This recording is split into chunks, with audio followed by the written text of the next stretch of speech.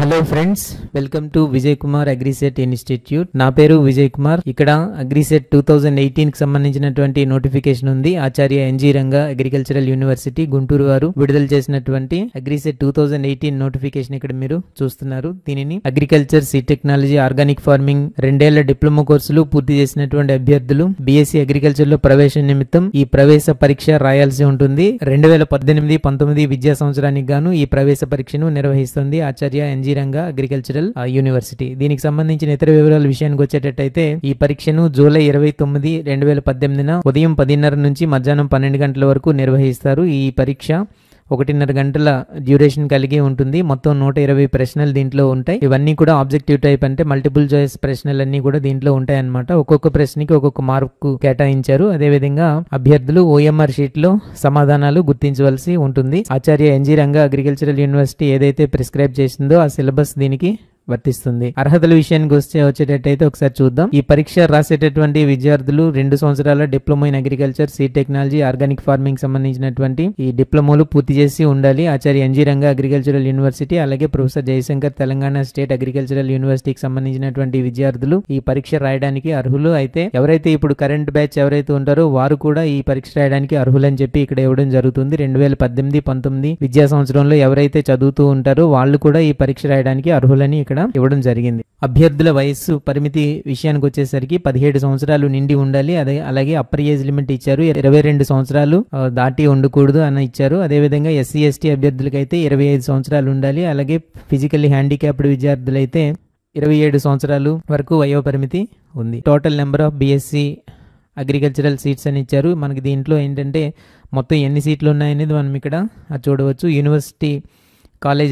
యూనివర్సిటీకి సంబంధించినటువంటి అగ్రికల్చరల్ కాలేజెస్లో మొత్తం ఉండేటటువంటి సీట్ల వివరాలు మనకి ఇవ్వడం జరిగింది. ఇక్కడ మనం చూసేటట్టయితే 112 సీట్లు మనకి ఉన్నాయి. 97 సీట్లేమో అగ్రికల్చరల్ డిప్లొమా హోల్డర్స్కి ఇచ్చేటట్టయితే 13 సీట్లు సీడ్ టెక్నాలజీ విద్యార్థులకు, అలాగే 2 సీట్లు ఆర్గానిక్ ఫార్మింగ్ డిప్లొమా హోల్డర్స్కి ఇవ్వడం జరిగింది. ఇక్కడ గత సంవత్సరంతో పోలిస్తే సీట్ల సంఖ్య అయితే మాత్రం పెరగలేదు. అయితే డిప్లొమా ఇన్ అగ్రికల్చర్ స్టూడెంట్స్కి అయితే కనీసం 4 సీట్ల వరకు తగ్గిపోయిందని మనం చెప్పొచ్చు. ఇంతకు ముందు 101 సీట్లు ఉండేవి, ఇప్పుడేమో 97 సీట్లు మాత్రమే ఉన్నాయి. ఎందుకంటే ఆర్గానిక్ ఫార్మింగ్ సంబంధించినటువంటి విద్యార్థులకు కొత్తగా 2 సీట్లు కేటాయించారు. అదేవిధంగా సీడ్ టెక్నాలజీకి సంబంధించినటువంటి విద్యార్థులకు 1 సీట్ పెంచడం జరిగింది. సో అందువల్ల డిప్లొమా ఇన్ అగ్రికల్చర్కి సంబంధించినటువంటి విద్యార్థులకు కేవలం 97 సీట్లు మాత్రమే ఉన్నాయి టోటల్గా.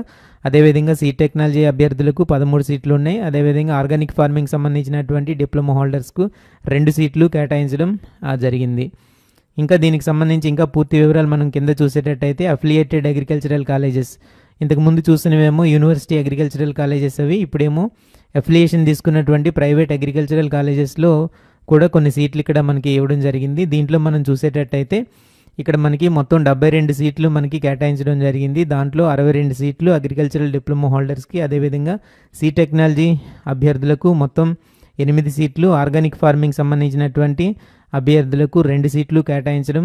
ఈ సందర్భంగా మనం చూసేటట్టయితే అగ్రికల్చరల్ డిప్లొమా హోల్డర్స్కి మరొక 62 సీట్లు ఇక్కడ ఎక్కువగా మనం చూస్తున్నాం. ఇది ఒక రకంగా చాలా ఎక్కువ అని మనం చెప్పొచ్చు. మొత్తం మీద 62 సీట్లు డిప్లొమా ఇన్ అగ్రికల్చర్ స్టూడెంట్స్కి, అదేవిధంగా గవర్నమెంట్ కాలేజెస్లోకి వచ్చేసరికి అక్కడ మొత్తం మీద 97 సీట్లు ఉన్నాయి. ఈ విధంగా ఉన్నాయన్నమాట. అగ్రికల్చరల్ డిప్లొమా హోల్డర్స్ అయితే అఫిలియేటెడ్ అగ్రికల్చరల్ కాలేజెస్లో 72 సీట్లు ఉన్నాయో ఈ 72 సీట్లలో 65% సీట్లన్నీ కూడా కన్వీనర్ కోటాలో భర్తీ చేయబడతాయి. 35% సీట్స్ ఏవైతే ఉంటాయో అవన్నీ కూడా మేనేజ్మెంట్ సీట్లుగా మనం గుర్తించవచ్చు. అగ్రిసెట్ 2018 ఎగ్జామినేషన్లో వచ్చినటువంటి ఆ మెరిట్ లిస్ట్ ఆధారంగా వీటన్నిటిని కూడా కేటాయించడం జరుగుతుంది. మొత్తంగా ఉండేటటువంటి సీట్లలో 85% ఏమో లోకల్ క్యాండిడేట్స్ ఉంటారు. అదేవిధంగా remaining 15% seats will be treated as unreserved quota అని అన్నారు. ఉన్నటువంటి మొత్తం సీట్లలో 15% సీట్లు అన్రిజర్వ్డ్ కోటాలో ఉంటాయి. మీడియం ఆఫ్ ఎంట్రన్స్ టెస్ట్ ఇచ్చారు. తెలుగు మీడియం అని ఉంది. తెలుగు మీడియంలోనే పరీక్ష నిర్వహిస్తారు. సెంటర్స్ ఇక్కడ ఇవ్వడం జరిగింది. 3 సెంటర్లు మనం ఇక్కడ చూడొచ్చు. SV agricultural college Tirupati, Chittoor జిల్లా, అలాగే రెండోదేమో అగ్రికల్చరల్ కాలేజ్ బాపట్ల, గుంటూరు జిల్లా, మూడోది అగ్రికల్చరల్ కాలేజ్ నైరా, శ్రీకాకుళం జిల్లా. ఇలాగా మనకి 3 ఎగ్జామినేషన్ సెంటర్స్ అయితే ఇక్కడ మనకి ఇవ్వడం జరిగింది. ఆయా ప్రాంతాలను బట్టి ఎవరికి దగ్గరగా ఉండేటువంటి సెంటర్లో వాళ్ళు ఎగ్జామినేషన్ రాసుకోవచ్చు. 500 రూపాయలు జనరల్ క్యాండిడేట్స్ అందరూ కూడా, అలాగే 250 రూపాయలు ఎస్సీ ఎస్టీ మరియు పిహెచ్ క్యాండిడేట్స్ ఎవరైతే ఉంటారో వాళ్ళు 250 రూపాయలు చొప్పున అమౌంట్ కట్టాల్సి ఉంటుంది. ఈసారి ఏంటంటే ఇంతకు ముందు అయితే ప్రతిసారి కూడా డీడీ కట్టమని అంటుండేవారు. ఈసారి ఏంటంటే ఆన్లైన్ పేమెంట్ చేయమని ఇస్తున్నారు. యాంగ్రూకి సంబంధించినటువంటి ఒక అకౌంట్ వివరం ఇక్కడ ఇవ్వడం జరిగింది. Name of the account holder అంటే కంట్రోలర్ ANGRAUకి సంబంధించి, అలాగే అకౌంట్ నెంబర్ ఇచ్చారు 370099784454 అని చెప్పి ఒక అకౌంట్ నెంబర్ ఇచ్చారు. Name of the bank state bank of India Guntur branch, అలాగే IFSC కోడ్ కూడా ఇక్కడ ఇవ్వడం జరిగింది. ఏదైతే ఆన్లైన్ అకౌంట్ నెంబర్ ఇచ్చారో ఈ ఆన్లైన్ అకౌంట్లో మనం డైరెక్ట్గా అమౌంట్ వేసేయాలి.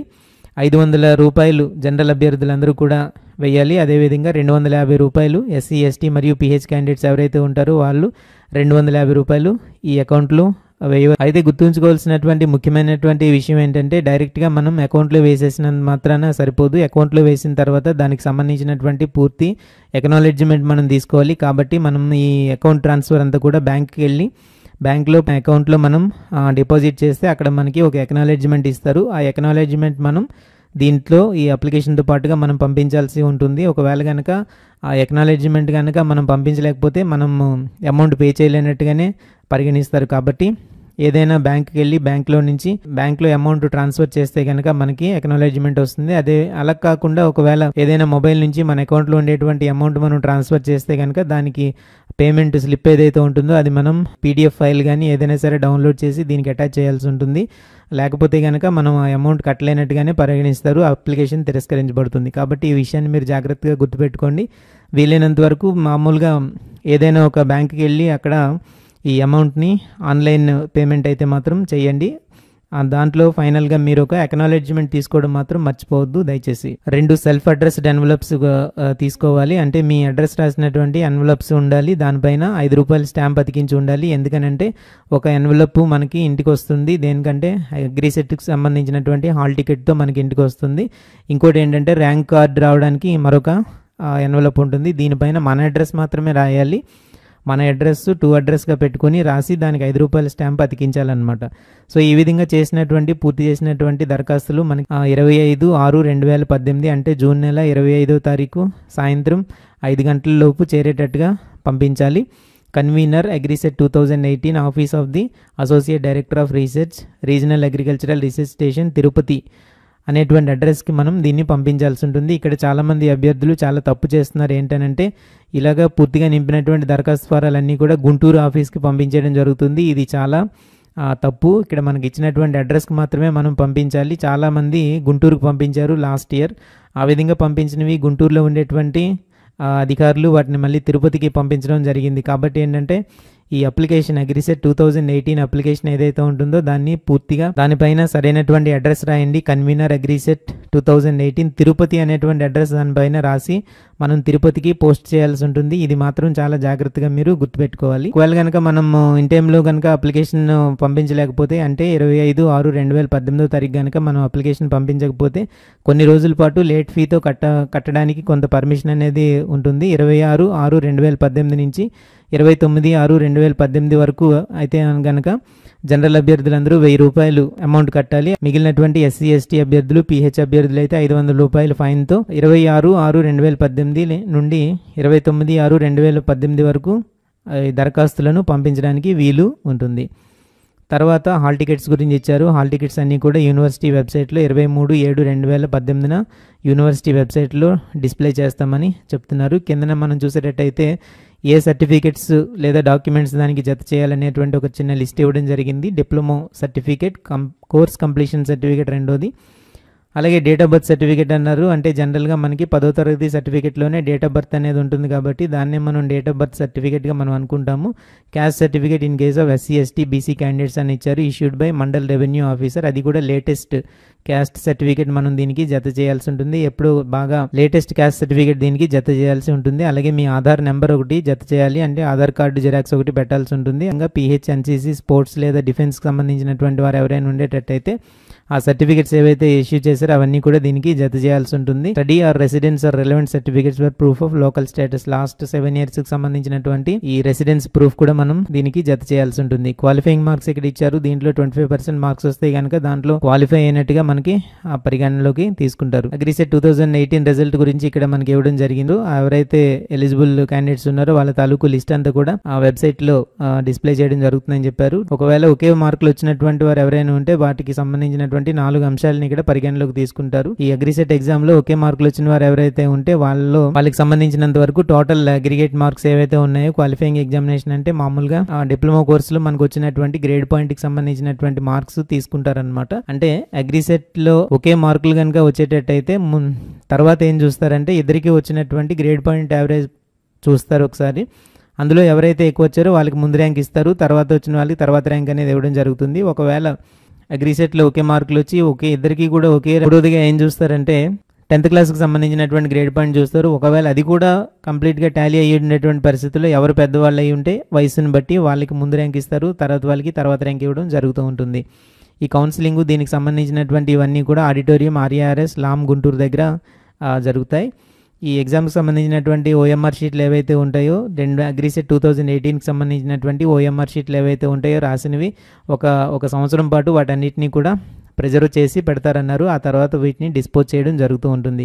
ఈ కింద చూసేటట్టయితే ఒక ఇంపార్టెంట్ విషయాన్ని మనం చూడొచ్చు. హెల్ప్ లైన్ నెంబర్ ఒకటి ఇచ్చారు. 8106956111 అని చెప్పేసి ఒక హెల్ప్ లైన్ నెంబర్ ఇచ్చారనమాట.